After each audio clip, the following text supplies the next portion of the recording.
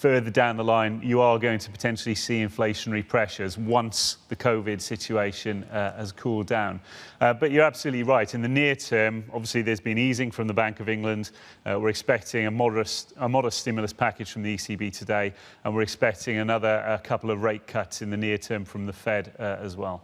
Let's go back to the big market event that we are watching today, and perhaps we can just give everyone another look at what's happening on the US futures picture, because we had the statement from President Trump earlier on today suggesting that there will now be a travel ban enacted on all flights and travel coming from Europe to the United States. The futures picture improving slightly. We're now down by about 700 points, but the UK is going to be exempt from this. What do you see as the impact on Europe as a result of this 30-day travel ban? And what could it mean for the UK as well if we perhaps do see some extension? Because there are a lot of people out there that have been commenting on this and saying, oh, well, I can just fly from Germany to London and then over to the United States. Yeah.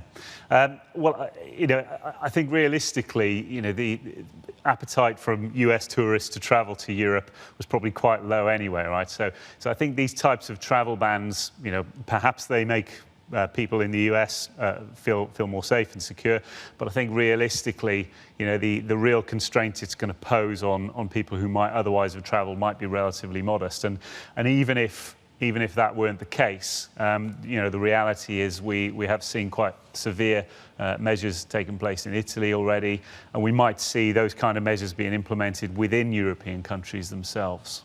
So this doesn't overly concern you, because clearly the markets have taken a big leg down on the back of this news, because you're essentially going to see a freezing up of, to a large extent, global commerce between Europe and the United States, which is a fairly hefty market to freeze up. Yeah, but it's not necessarily because of the travel ban, though. I mean, tourism flows would have been impacted because either, measures might have been taken in the destination countries.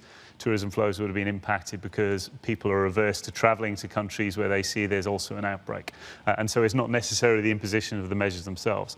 And I think from the world economy's perspective, what's really crucial is that trade flows perhaps don't seize up. And so, we haven't seen these types of restrictions taken on container shipping, for example. And as and when those types of measures took place, well, that would probably have a much bigger impact on supply chains then. Hey everybody, it's Hadley Gamble from our new CNBC Middle East Bureau in Abu Dhabi. Thanks for stopping by. Now, to watch more, you can try one of the videos that just popped up on your screen. And don't forget to subscribe.